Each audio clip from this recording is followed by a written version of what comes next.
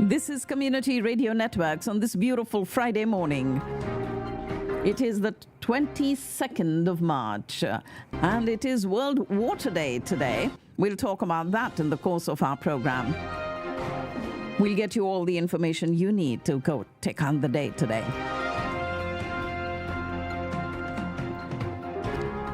Let's start with the world news.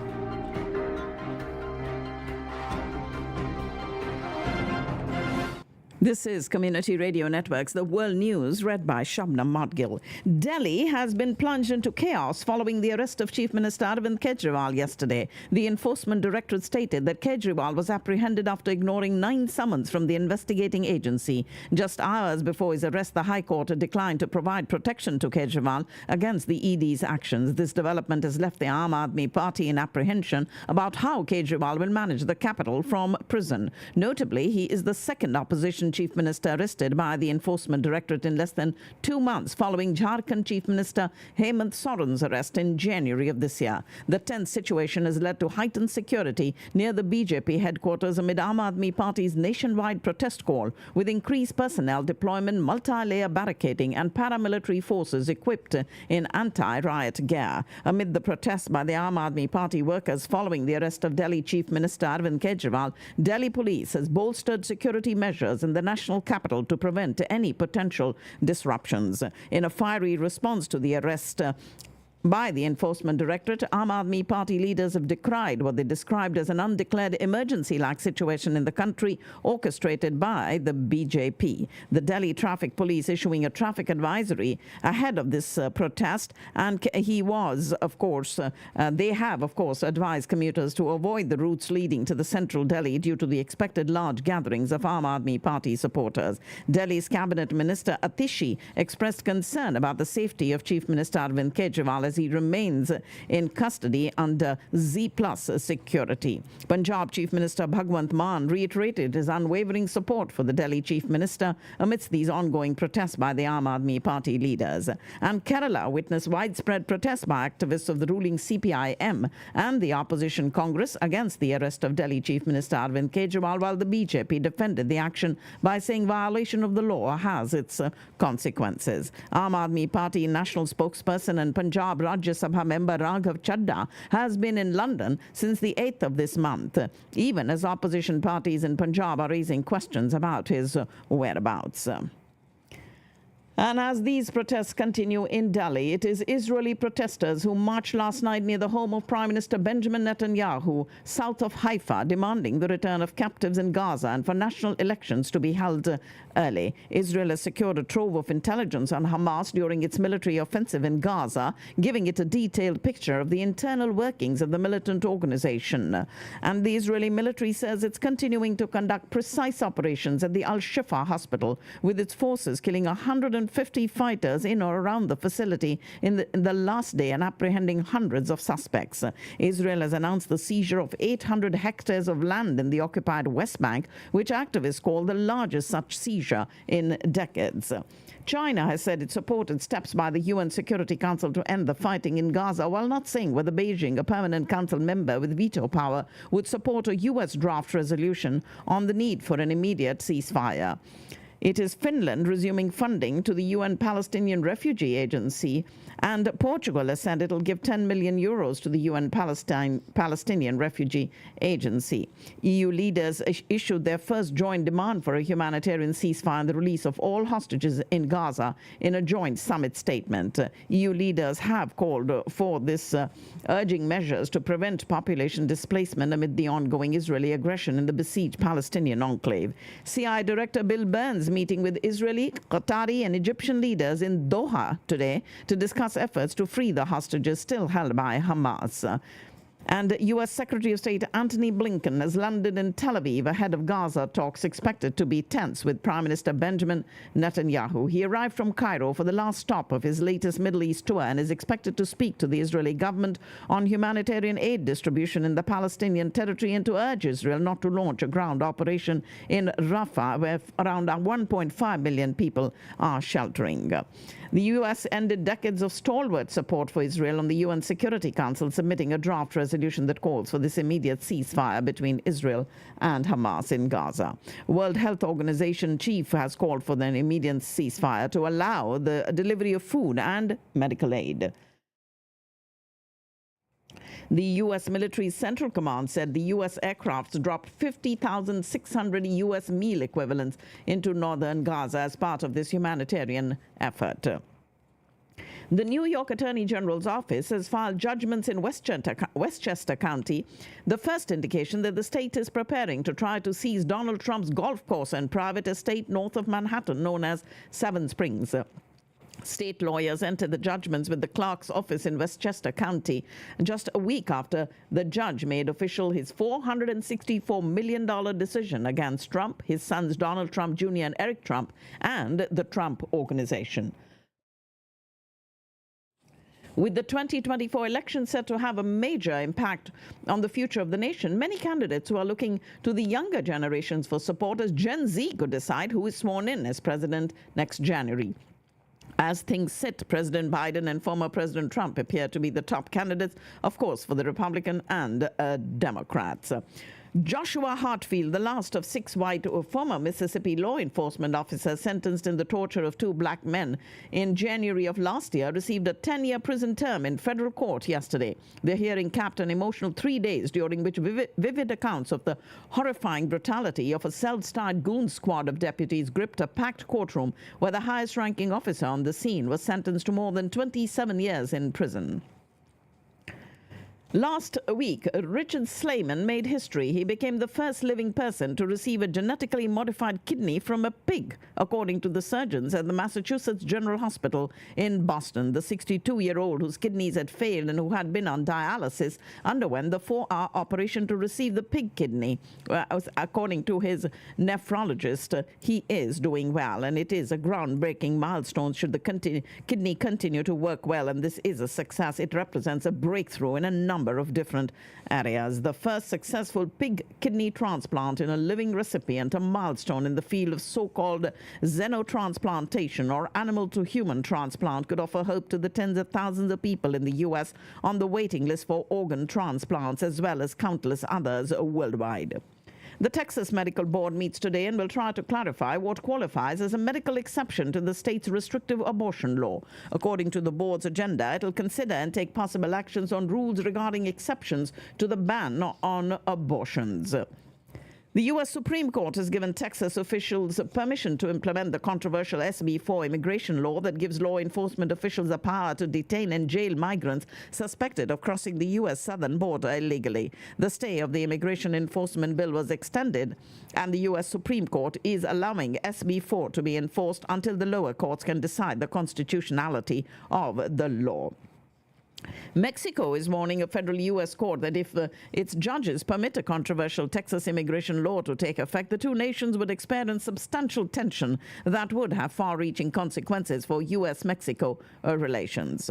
Lawmakers in Venezuela, allied with the government of President Nicolas Maduro, approved the creation of a new state in a territory that is the subject of a long dispute with the neighboring Guyana, despite an ongoing international court case. And fueled by the rising costs of living, a housing crisis, and the inability of its various infrastructure facilities, such as healthcare, to cope with an increasing influx of immigrants, Canada continues on its path to curb such inflows. After having announced in January a 2-year intake cap for international students, the move has now been expanded to cover all temporary residents, which includes international students, temporary foreign workers, those who have fled to Canada under its humanitarian programs, and asylum seekers. Overcrowded refugee camps in eastern Chad are set to run out of money soon, exacerbating a dire humanitarian crisis caused by the spillover from a deadly conflict in Sudan. More than 1 million people in Chad, including refugees, face losing access to life-saving aid unless more funding is raised to help. And this according to the UN World Food Programme. And hundreds of Kenyan doctors protested in the streets today, demanding better pay and working conditions in an ongoing nationwide strike that has entered its second week. Uganda's president has promoted his son to head the military. The 48-year-old's promotion comes amid a major cabinet reshuffle in which 5 ministers were sacked. World Water Day, celebrated today on the 22nd of March every year, and focuses on the significance of water in our day-to-day life. Water is not only needed to sustain ecological life, but it also carries tremendous healing abilities because of its conducting ability, a strong magnetic aura cleaner that helps to balance and purify the human energy field. A Russian court has rejected a lawsuit filed by the mother of Alexei Navalny, the Russian opposition stalwart who died in prison, and claimed this happened last month, and he claimed he received inadequate medical care. It is rescue workers laboring for a fifth day today to reach 13 people trapped deep underground in a collapsed gold mine in Russia's Far East. And Russia aborted the launch of 3 astronauts to the International Space Station moments before they were scheduled to lift off yesterday, but the crew was safe. Russia has begun mass producing 3-ton high explosive bombs for use in the war in Ukraine. Ukraine's capital came under heavy missile attacks in the early hours of this morning for the first time in 6 weeks. Just after a visit to the city by the U.S. National Security Advisor Jake Sullivan.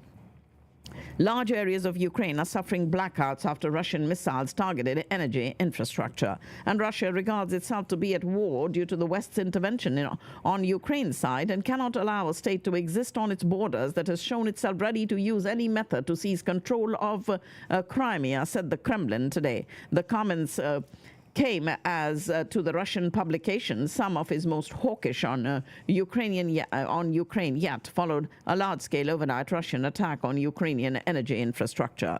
And President Zelensky told European Union leaders that starting real negotiations on Ukraine's accession to the European Union is key for motivating our people in the fight against Russia. Italy commemorated the victims of organized crime with a series of anti-mafia events being held in different cities across the country. One of the largest demonstrations took place in the capital of Rome, where people marched through the city center with banners and placards and gathered in front of the Colosseum. Carles Puigdemont, the former leader of the Spanish region of Catalonia, who fled the country after a failed secession attempt 6 years ago, said he's going to return to Spain if he has a viable chance to be restored as regional president following the upcoming elections. The 61-year-old ran to Belgium after leading a 2017 breakaway bid that quickly collapsed and is still a wanted man in Spain. The German armed forces will participate in NATO's Sea Guardian mission to monitor the Mediterranean for another year. The Bundestag, Germany's lower house of parliament, voted by a large majority in favor of extending this mandate. And a group of Afghans who were assured admission to Germany landed in Berlin under a program to take in people who could be potentially targeted by Afghanistan's Taliban government. The flight took off from the Pakistani capital of Islamabad. The German migration authorities disclosing it did not disclose how many Afghans were on board. Ladies and gentlemen, you're listening to the World News on Community Radio Networks, and a dramatic story of survival and rescue off the western coast of Indonesia's Aceh province has put the spotlight again on the plight of ethnic Rohingya Muslim refugees from Myanmar who make extremely dangerous voyages across the Indian Ocean to seek better lives.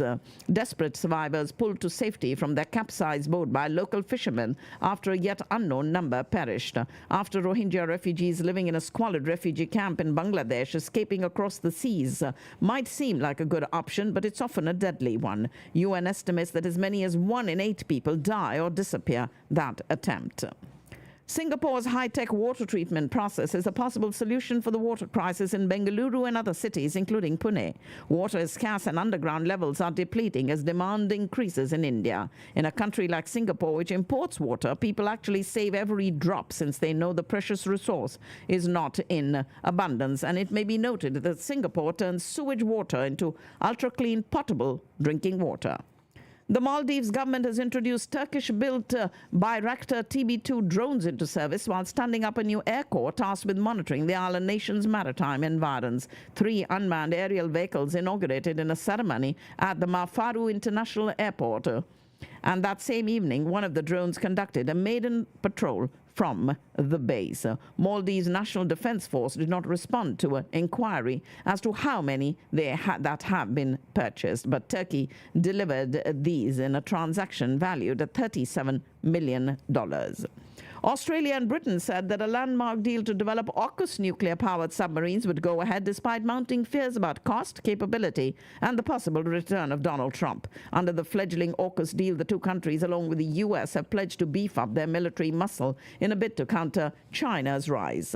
China is considering launching talks on maritime affairs with Australia, as increased tension among several nations bordering the South China Sea threatens regional security. China's rapid military buildup is more expansive than anything seen since World War II, which means it's on track with its 2027 goal to be ready for a Taiwan invasion. The U.S. has positioned troops on a tiny island chain less than 4 miles from the Chinese coast. Taiwan has admitted this in an apparent escalation of the American military presence in Taiwan. A tunnel constructed high in the mountains of northeastern India has become the latest flashpoint in a simmering border dispute between New Delhi and Beijing. The Sela Tunnel, inaugurated by Prime Minister Modi earlier this month, has been hailed in India as a feat of engineering blasted through the Himalayas at an elevation of some 13,000 feet and a boon for the military, enabling faster all-weather access to a tense de facto border with China. And that's caught the attention of Beijing, whose long-running dispute with New Delhi over the contested 2,100-mile border has seen the two nuclear-armed powers clash in recent years. Prime Minister Modi landed in Bhutan today for a 2-day state visit to the tiny but strategic Himalayan nation, also being courted by China. Landlocked Bhutan, known for its policy of prioritizing gross national happiness over growth, has long been regarded by New Delhi as a buffer state firmly within its orbit. India is determined not to let China gain further toeholds across what it sees as its natural sphere of influence, following trade and infrastructure deals Beijing sealed over the years with other neighbors. And Prime Minister Modi today was honored the Bhutan's highest civilian award, the Order of the Druk Gyalpo, making him the first foreign head of government to receive this prestigious recognition.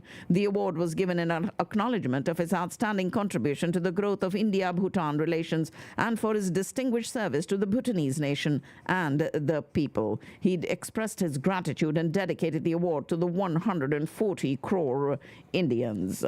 Also, a group of young people from Bhutan dressed in traditional Indian clothing performed a Garba song written by Prime Minister Modi to greet him during his recent visit to their country today. He is on a 2-day state visit to Bhutan, appreciated the performance and applauded at the end. Upon his arrival at the Paro airport, he was accorded a red carpet welcome, including a ceremonial welcome by Bhutanese Prime Minister Shering Tobgay. The Indian Institute of Astrophysics in Bengaluru said that the International Astronomical Union has named an asteroid after renowned Indian astrophysicist Professor Jayant Murthy in recognition of his pioneering work in ultraviolet astronomy and space missions. The Festival of Colors of Joy, Holi, right around the corner, and people are gearing up for the celebration. Holi brings joy and color to the millions across the globe, but this year it comes with a twist. A penumbral lunar eclipse, also known as Chandragrahan, is occurring on the same day as Holi, which is this coming Monday, the 25th of March. And this convergence of the Holi festival and an astronomical event in the form of a lunar eclipse adds to a unique touch to the celebration for people who await the days of eclipses to look up and observe the sky. The spotlight will be on Rishabh Pant's remarkable comeback to the cricket field in multiple roles as the Delhi Capitals square off against the Punjab Kings in their IPL opener tomorrow. Both teams are eager to turn the page on disappointing performances from the previous season. And the legendary Mahendra Singh Dhoni officially passed on the captaincy baton to Rituraj Gaikwad on the eve of the IPL 2024 opener yesterday against the Royal Challengers Bengaluru at the M.A. Chidambaram Stadium in Chennai. And as the temperatures soar in Chennai, the buzz around the stadium increases. It's that time of the year when Chennaiites start believing that anything is possible. There was a dash of extra spice added to the sense of anticipation around the venue, with Dhoni deciding to hand on the leadership duties to Ruturaj Gaikwad. It became a case of damage control for Pakistan just 9 minutes at the Jinnah Stadium, but having fallen 2 goals behind to Asian Cup finalist Jordan early on in their 2026 FIFA World Cup qualifier, Pakistan showed determination and character to lose by just 3-0, a performance that drew praise from its coach Stephen Constantine. There were no takers for Babar Azam and Mohammad Rizwan in the 100 draft for the tournament's 2024 edition, and seasoned Pakistan batter Javeria Khan has announced her retirement from international cricket, ending her 15-year career with the national women's team. The Foreign Affairs Subcommittee hearing that featured a testimony from Donald Lu elicited mixed reactions from US-based experts. While supporters of the PTI seemed unhappy with this categorical rejection of the charges, they saw tacit confirmation of the existence of a regime change threat, in his words, before the US House. The Foreign Office in Islamabad reiterated Pakistan's desire to address the issue of terrorism with Afghanistan through dialogue and cooperation. Prime Minister Shehbaz Sharif expressed his unwavering commitment to wiping out terrorism after 2 soldiers were killed in a suicide attack in Dera Ismail Khan. Jailed PTI founder Imran Khan was conspicuous by his presence in the Punjab Assembly, as a portrait of the ex-Prime Minister placed on the opposition leader's seat triggered chaotic scenes in the House, prompting a walkout by Treasury members after the chair declined to take any action. And the presidential civil awards bestowed upon people from various professions who show excellence in their respective fields. The government of Pakistan will be awarding these tomorrow on Pakistan Day. And the Hilal-e-Imtiaz going to Rahat Fateh Ali Khan, Muhammad Ahmad Shah and Mahmood Ahmad Tahir Bhatti. The Sitara-e-Imtiaz to Bilal Lashari, Satish Anand, Javed Bashir Ahmad, Fakhir Mahmood. And the President's Award for Pride of Performance to Shazia Manzoor, also to Humayun Khan Arts, Inayat Hussain Bhatti, Zulfikar Ali Atre, Ajab Gul, Ishrat Abbas, Shakir Zaib, Qadir Baks Mittu, and Adnan Siddiqui, also to Zubaida, Hassan Askari, Shima Karmani, and Nasir Beg Mirza. The Tamga Imtiaz to Sajal Ali, Jugan Kazim, Abdul Batin Faruqi, Almas Khan Khalil, Fazal Wahad Dard, Ustad Rustam Fateh Ali Khan, Imran Aziz Mia, Gulrez Gauri, Rahmatullah Khan, Khalid bin Shaheen, and filmmaker Sarmad Khusad said his name was removed from the list of presidential award nominees because he shared the perplexing news, assuring the people that he didn't create the list himself. Ladies and gentlemen, that's all I have in the world news for you today. And the financial news is coming up actually in just a few seconds right here on the airwaves of community radio networks. We will get you the financial news, and of course we'll start that with the foreign currency exchange rates.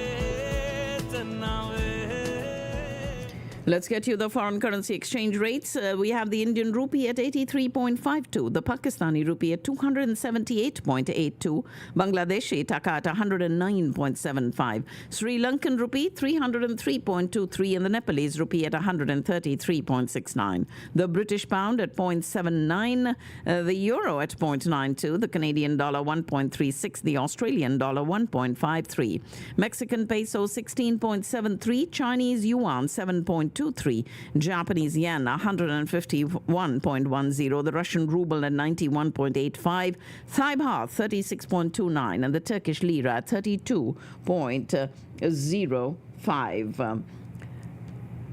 The U.S. economy defied forecast after forecasts predicting an imminent recession over the past 2 years. Instead, it grew beyond belief. A boom in immigration was part of this recipe, according to Federal Reserve Chair Jeremy Powell in a 60 Minutes interview on CBS. But stricter measures could be coming to curb immigration after the Supreme Court announced it is temporarily allowing Texans to enforce the controversial law that allows state officials to arrest and detain these people suspected of entering the country illegally.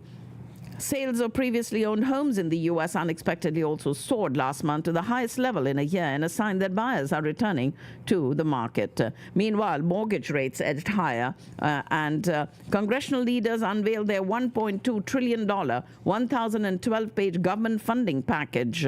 And now they're racing to try to pass the 6-bill measure, which covers the Departments of Homeland Security, Defense, Labor, Health and Human Services, Education and State, and the IRS, the General Government and Foreign Operations, by a Friday night shutdown deadline tonight at midnight. Many rank-and-file lawmakers got their first look at the legislative text yesterday, but both sides are already claiming wins.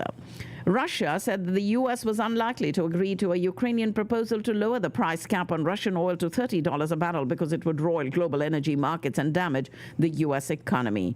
2 decades ago, rising gold prices launched a historic bull run in Canada's gold mining sector, and now the bullion is popping to all-time highs again. But this time, investors are fleeing gold miners' stocks in droves, and the price of gold shattering record after record, currently at $2,150 per ounce and up 32% since November of 22.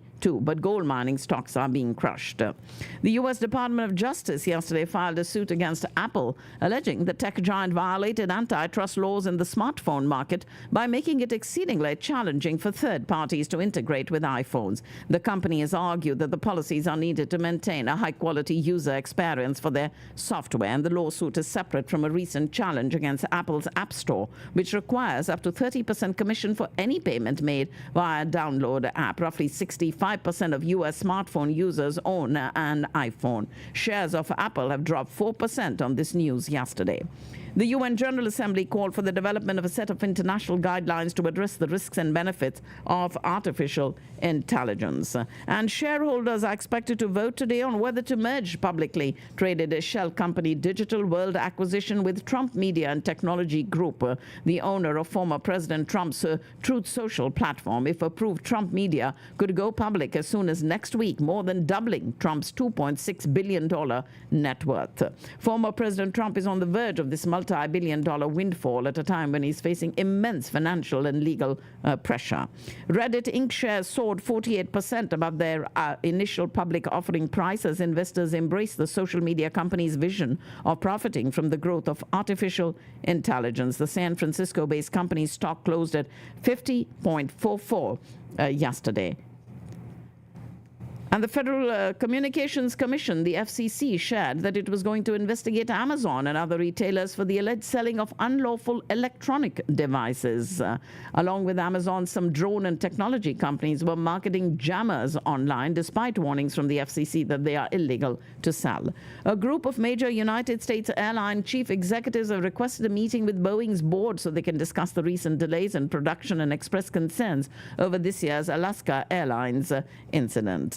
Exercise franchise Planet Fitness saw a steep drop on its Wall Street valuation this week after a bout of polarizing publicity. And as the world's largest registry of purebred dogs, the AKC uses registration statistics to rank the most popular breeds of the past year, and the numbers are in. Which breed has been named the American Kennel Club's most popular dog breed of 2023? For the second year in a row, the French Bulldog secured the #1 spot as the most popular dog breed in the United States.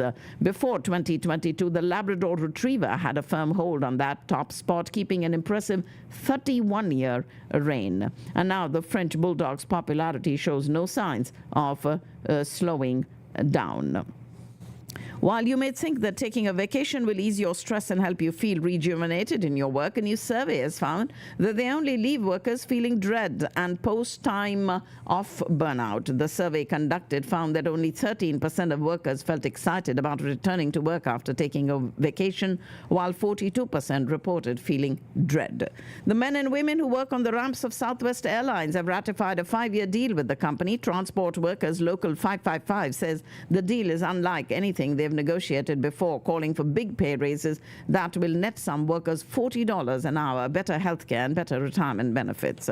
Texas, along with several other states, is suing the federal government over a ban on exporting liquefied natural gas. The White House announced what it called a temporary pause on permits for exporting LNG to several countries earlier this year, so the Department of Energy could study how those exports impact energy costs of American consumers and the production of greenhouse gases.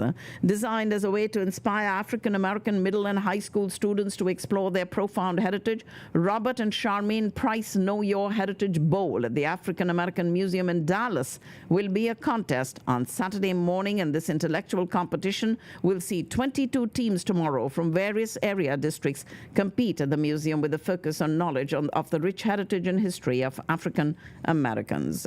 The Fort Worth Zoo is making a very heart-wrenching decision to relocate an abandoned baby gorilla. Many of us have been following the path of Jamila, the zoo's first baby gorilla, born by cesarean section, and after the birth, her mother did not display any interest in caring for her, so zoo staff have been bottle feeding her while making 2 attempts to get other gorillas to mother Jamila, but these have failed, so the Fort Worth zookeepers are now moving the baby to Cleveland's Metro Park Zoo, which has had success in finding surrogate mothers in similar circumstances. Willow, the premier cricket broadcaster in the United States and Canada, has forged a transformative alliance with CrickBuzz, the largest cricket website and app in the world, to form Willow by CrickBuzz, and this collaboration will create a singular home for cricket in the United States and Canada, allowing consumers to watch live marquee matches alongside best-in-class reporting as well as analysis. The wait for Max's European launch is nearly over. The Warner Brothers Discovery streaming service will launch in the Nordics, Iberia, and Central and Eastern Europe, where HBO Max is already available, and with launches in Poland, the Netherlands, France, and Belgium following closely after. House of the Dragon Season 2 will debut in Europe on the 17th of June, and this means the streamer will be available in 25 countries in Europe and 65 overall, having first launched in the US in May of last year. Global music sales grew for the 9th consecutive year last year, with recorded music revenues increasing in every market and region and across almost all formats, according to the International Federation of the Phonographic Industry's Global Music Report 2024, and total revenues climbed to $28.6 billion, a rise of just over 10% on the previous year, and the second highest growth rate on record after 2021's 18.5% year-on-year spike. Americans are struggling to cope with interest rates around 5%, but in Turkey, consumers are facing borrowing costs 10 times as high. Turkey's central bank shocked investors by hiking interest rates by another 500 basis points to 50% in a bid to fight rampant inflation. The global rate-cutting cycle was started when the Swiss National Bank made a quarter-point reduction in rates that took markets by surprise yesterday. And more children are living in poverty across the UK than ever before. Previous studies have shown that growing social inequalities in the G7 nation have hit children's health, and rising numbers are forced to use food banks. An estimated 4.33 million children living in low-income households for the year up to this month. And for the 3rd year in a row, a Polish tree has taken the #1 spot in the European Tree of the Year contest. This 200-year-old common beech pictured above stands at the heart of the botanical garden at the University of Wrocław in Poland, and as such, it's aptly named the Heart of the Garden. The Kremlin said Western banks' legal departments understand the catastrophic consequences that would follow should the European Union proceed with plans to confiscate Russian assets. Some Western banks are lobbying against the European Union proposals to redistribute billions of euros in interest earned on frozen Russian assets, fearing it could lead to costly litigation. President Putin is preparing to squeeze Russia's wealthy elite to fund a conflict with NATO, according to a think tank. And all of India's refiners are now refusing to take Russian crude carried on Sovcomflot tankers due to U.S. sanctions, further complicating the trade that has flourished since the invasion of Ukraine 2 years ago. Private and state-run processors, including the biggest Indian oil corporation, have stopped taking cargoes if they are on Sovcomflot tankers. And shares of Samsonite International dropped as much as 12% to their lowest level in almost a month on the Hong Kong Stock Exchange after the luggage maker said it plans to seek a dual listing. The company, which also owns the American Tourister and Tumi luggage brands, did not say which exchanges it was considering for the second listing. Iron ore miner NMDC is exploring lithium assets in Africa and Australia and is currently in negotiations. In this news out of New Delhi. And the equity benchmark indices Sensex and Nifty opened lower this morning in early trade. And equity trading volumes in India have fallen to the lowest level since December as the sell-off in shares of smaller companies slows the rush of retail investors into the nation's $4.3 trillion market, even as institutions snap up large deals.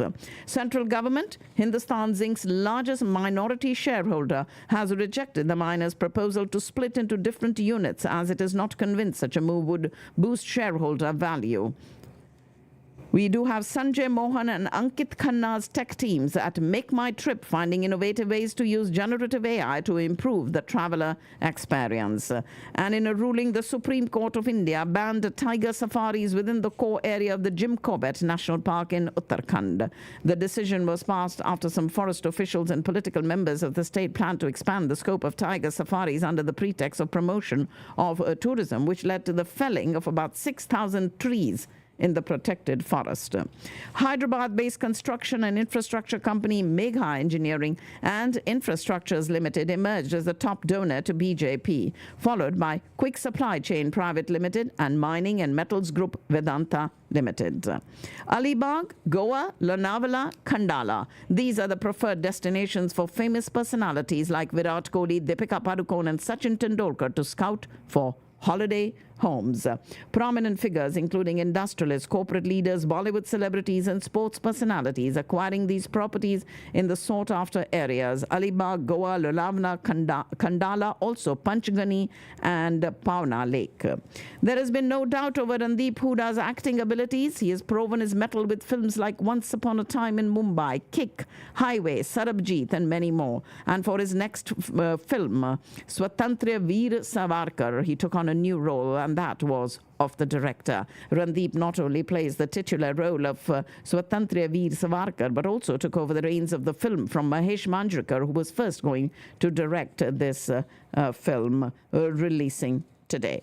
Pakistan authorities could materialize about $6.68 billion in foreign economic assistance in the first 8 months of the current fiscal year, almost 38% of the annual budget target. Foreign exchange reserves of the State Bank of Pakistan increased by $105 million to reach $8 billion again. The total funding raised by Pakistani startups last year was $75.8 million, experiencing a sharp decline of 77% compared to the preceding year, according to a Pakistan Tech and VC Landscape report by Data Darbar and Indus Valley Capital. Auto financing continued its downward trajectory for the 20th consecutive month, and the Competition Commission of Pakistan has approved the merger of TPL Life Insurance Limited with Dar es Salaam Textile Mills Limited. Ladies and gentlemen, that's all I have in the financial news for you. And coming up next will be the last segment of our program, in which, of course, I'll make your social calendar and also get you some stories from the annals of history. Stay with us.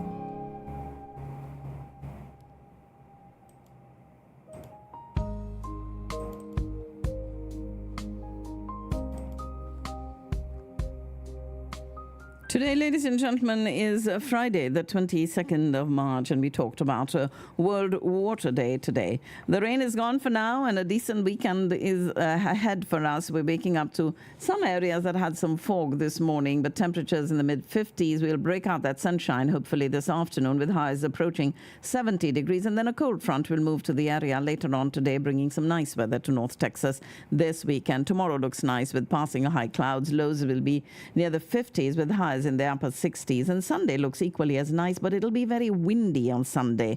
And we also want you to know that by late Sunday afternoon, a line of storms will form. It's in West Texas, and it'll move across our area towards midnight. So as of now, the severity, of course, looks on the low side, but we'll keep you informed right here on Community Radio Networks. I do want to thank our supporters of Community Radio Networks and our sponsors.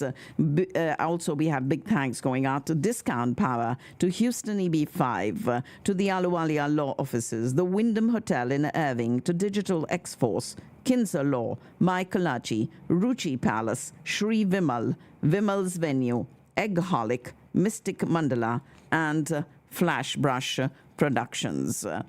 In a very long-awaited chat, we have some stories from the Annals of History also that we will bring to you. But I do want you all to know that we will have also some events that are happening in town that will be brought to you as we let you get all these events and information about them to keep you all busy. And I do believe that staying busy actually keeps you out of trouble. So we do hope that you will take part in some of these events that are brought to you by many organizations and individuals here in the Dallas-Fort Worth area.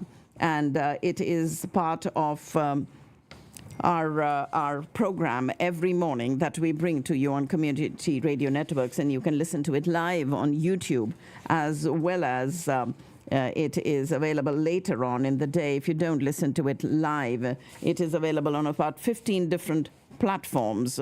Also on our website, you can hear it live, and that's crn.guru. And then, of course, wherever you listen to your podcast, you can listen to us also. Community Radio Networks, and the program is called Take on the Day with Shabnam Madgil. On Apple Podcasts, you can listen to it on Spotify, on TuneIn Radio, also on iHeartRadio, as well as many, many other platforms. Let's get you some stories from the annals of history. It was on today's date, the 22nd of March in 1893, that the first women's college basketball game is played at the Smith College in Northampton, Massachusetts, with each made basket counting as 1 point and the game lasting 2 15-minute halves. A sophomore class team prevails over a freshman team 5-4. Men not permitted inside the gym at the all-women college, but a crowd of fascinated women cheer on their fellow classmates from the running track of the campus gymnasium, and the winning team earns a gold and white banner. This was the first women's college basketball game that was played in the year 1893. And on the 22nd of March in 1894, a year later, the first championship series of the Lord Stanley's Cup is played in Montreal, Canada. The Stanley Cup has since become one of the most cherished and recognized trophies in sport. The Stanley Cup was the creation of Sir Frederick Arthur Stanley, Lord of Preston, and the 16th Earl of Derby. Stanley was of noble birth, the son of a three-time Prime Minister of England. He served Britain's House of Commons until he was named Governor-General of Canada. He became an ice hockey fan after watching a game at the Montreal Winter Carnival.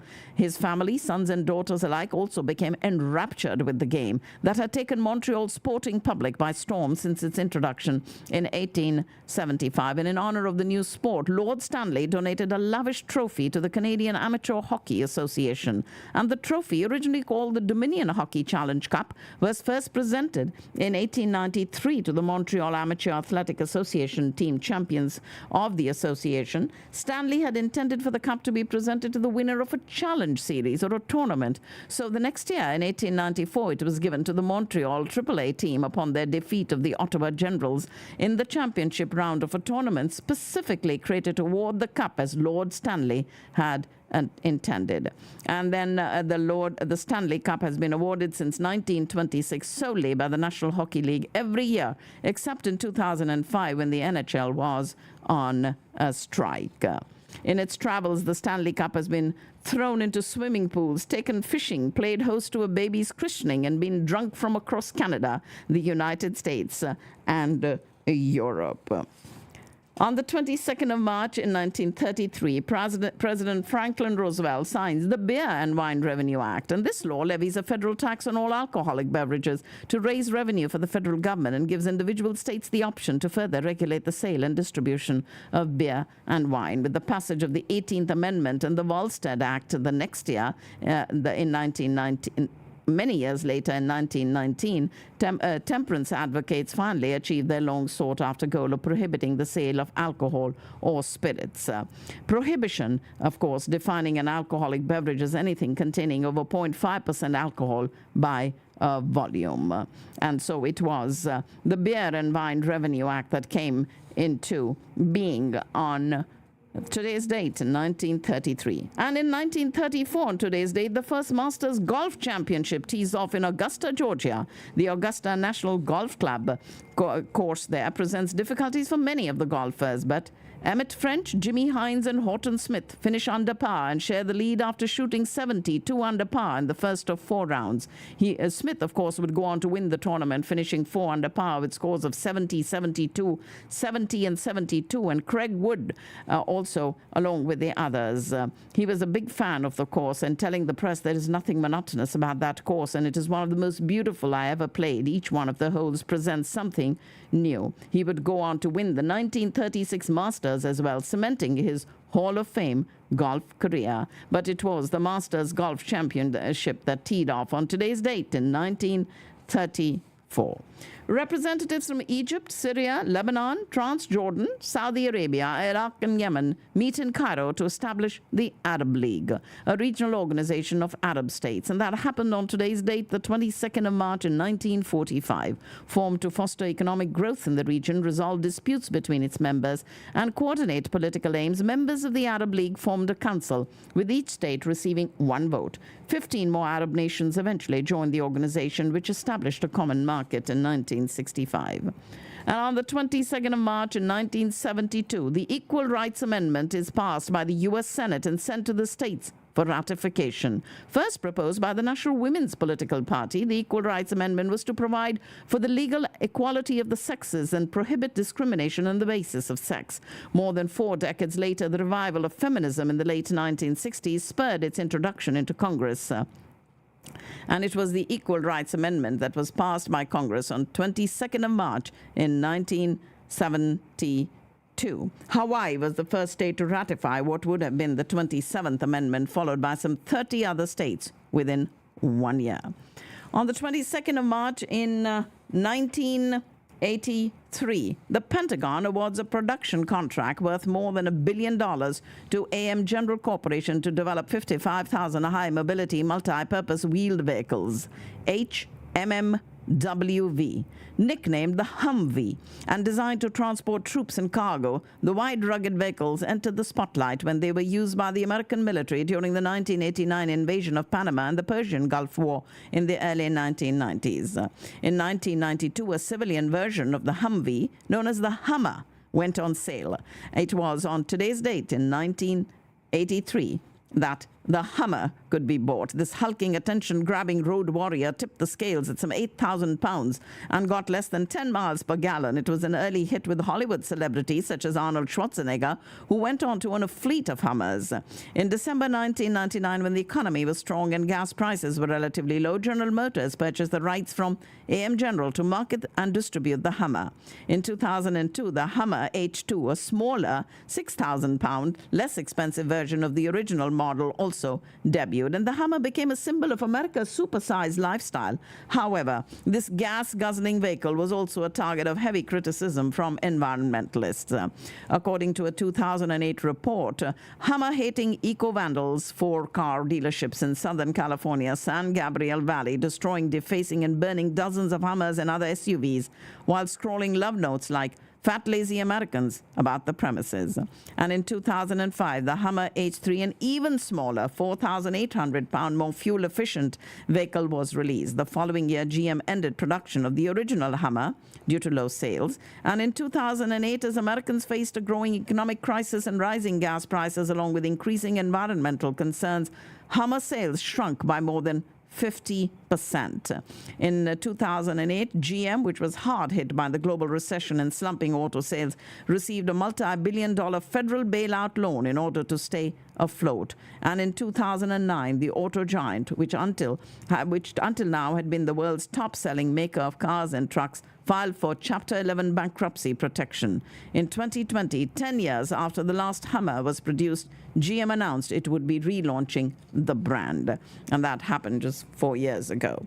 In a long-anticipated challenge to sites like YouTube, two entertainment giants, News Corporation and NBC Universal, announced a high-stakes internet venture on today's date in the year 2007. According to the terms of the deal, News Corporation, owned by the Australian media mogul Rupert Murdoch, and NBC, a unit of General Electric Company, would begin distributing their own programming on popular websites such as America Online, Yahoo, MySpace, and MSN. News Corp and NBC plan to make video of TV shows and movies available on a separate website, and the site would be supported by advertisers and free-to-viewers who would edit the available content and post their own, as well as buy downloads of movies made by 20th Century Fox and Universal Studios. The NBC News Corp deal that year in 2007 on today's date represented a large-scale attempt by the two media companies to exert greater control of the distribution of their video material online. The result of the deal was the online video site Hulu, launched to a selected group of users in the fall of 2007 and to the general public in the spring of 2008. And on the 22nd of March in 2014, 43 people died when a portion of a hill suddenly collapsed and buried a neighborhood in the small community of Oso in Washington, some 55 miles northeast of Seattle. It was one of the deadliest mudslides in U.S. history. The collapse occurred shortly after 10:30 a.m. when, following weeks of rain, a massive fast-moving wall of mud and debris crashed down the hillside, destroying 49 homes and killing entire families. One recovery worker said the force of the mudslide caused cars to be compacted down to about the size of a refrigerator, just smashed to the point where you can hardly tell it was a vehicle. The debris field from the slide covered a square mile and was estimated to be 80 feet deep in some places. And search and rescue workers discovered what was believed to be the last body of the 43 victims killed in that disaster, and that happened in July. Investigators indicated heavy rainfall in the weeks prior to today's date, the 22nd of March, that helped trigger that slide. And although they did not blame the disaster on one specific factor the Oso area has long been prone to mudslides, some dating back thousands of years. But prior to this one, a significant slide had taken place at the same site in 2006, although efforts later were made to reinforce that area. Ladies and gentlemen, these were some stories from the annals of history that happened on today's date, the 22nd of March. And I'm sure you all are getting ready for a great weekend. We have the Festival of Colors. This is the biggest 14th annual Festival of Colors, the Holy Mela, that is happening tomorrow from 11 to 6. This is being brought to you by Mystic Mandala. And I encourage you to go to their website, dallasfestivalofcolors.com, to get more details about the live performances, the dhol, the dance troupe, the food trucks, the kirtan, yoga, and the drum circle. Also tomorrow, the Texas Women's Society is presenting the McKinney Asian Festival. It's with cultural food, live performances, fun activities, a lantern walk from 11 to 6 at the Dr. Glenn Mitchell Memorial Park in McKinney. The 2024 Holi Festival celebration, hosted by Saba and Daba, the South Asian Bar Association, and the Dallas Asian American Bar Association, is happening this Sunday, the day after tomorrow, from 2 to 4 at the Breckenridge Park Gazebo at 5300 Renner Road in Richardson, parking lot B off of Brand Road. And this being brought to you by Saba and Daba, and all the lawyers are going to be there. It is a Holy Festival of Colors. They're hosted by these two organizations together this Sunday, 2 to 4, at the Breckenridge Park Gazebo. Also, we have Autism Spectrum Frontiers and a program being brought to you by Thrive Kids Foundation, advancing knowledge in diagnosis, treatment, and prevention of autism. It's happening at the Collin College Conference Center on Wade Boulevard in Frisco on Saturday, the 6th of April. And the speakers are Dr. Richard Fry, Dr. Sangeeta Elhans, Dr. Srimdevi Ramakrishnan, Dr. Sridevi Jagdisan, and Dr. Zora Shad. There will be a healthcare professional conference from 8 to 1 on that Saturday, the 6th of April, and then a panel discussion for the community from 2 to 4. The Success Door supporting the Pledge Campaign Foundation is presenting Fly, First Love Yourself, Season 4. It's going to be at the Dew Event Center in Louisville on Saturday, the 6th of April from 4 to 8.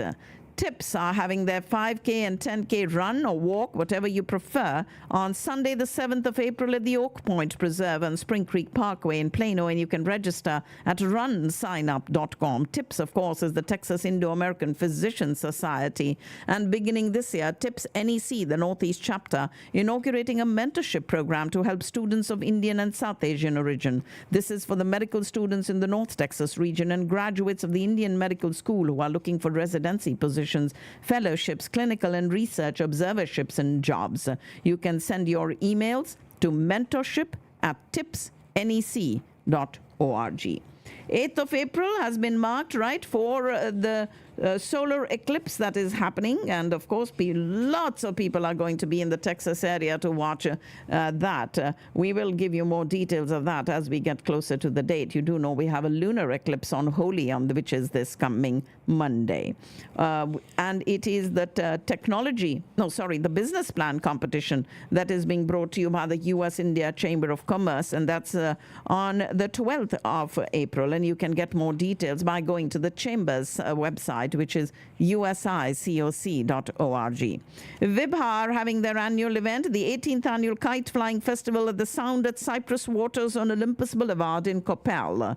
A part of that is Talent for a Reason, and they are inviting anyone who wants to dance, sing, do stand-up comedy, show a unique skill, or do some martial arts.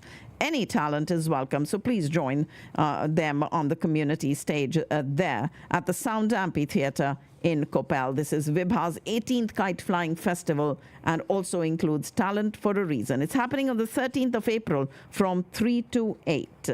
And the Hyderabad Society of North Texas is having their annual Eid picnic on the 20th of April from noon to 6 at the Travick Pavilion in Grapevine. Please call Muhammad Hamid for more information, 469-544-4118. And Pratham's annual gala is on Saturday, the 20th of April at the Omni Frisco Hotel with special guest and performer Vidya Vox, the YouTuber and singer.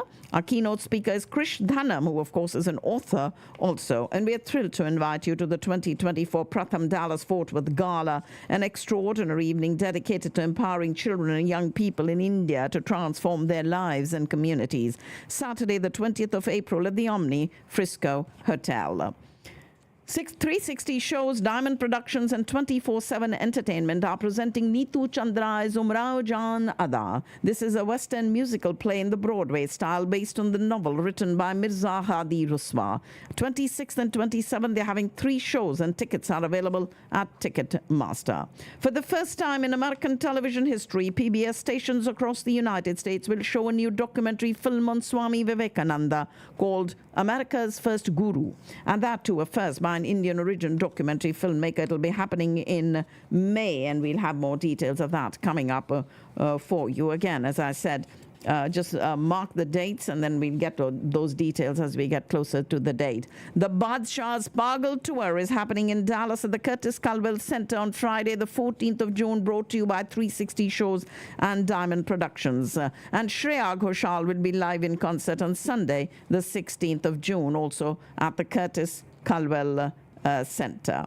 Ladies and gentlemen, these are the events that are happening in town to keep you all busy, and I hope you can go attend all of them. Huge thanks going out to, and I have individually already thanked them, but again, one more time, I want to thank all those who sponsor and support community radio networks, that we get you this part of the program every morning, and we do hope that you find it very, very informative. For those of you who'd like to reach me directly, my number is 214-675-1754, and my name is Shabnam Madgil.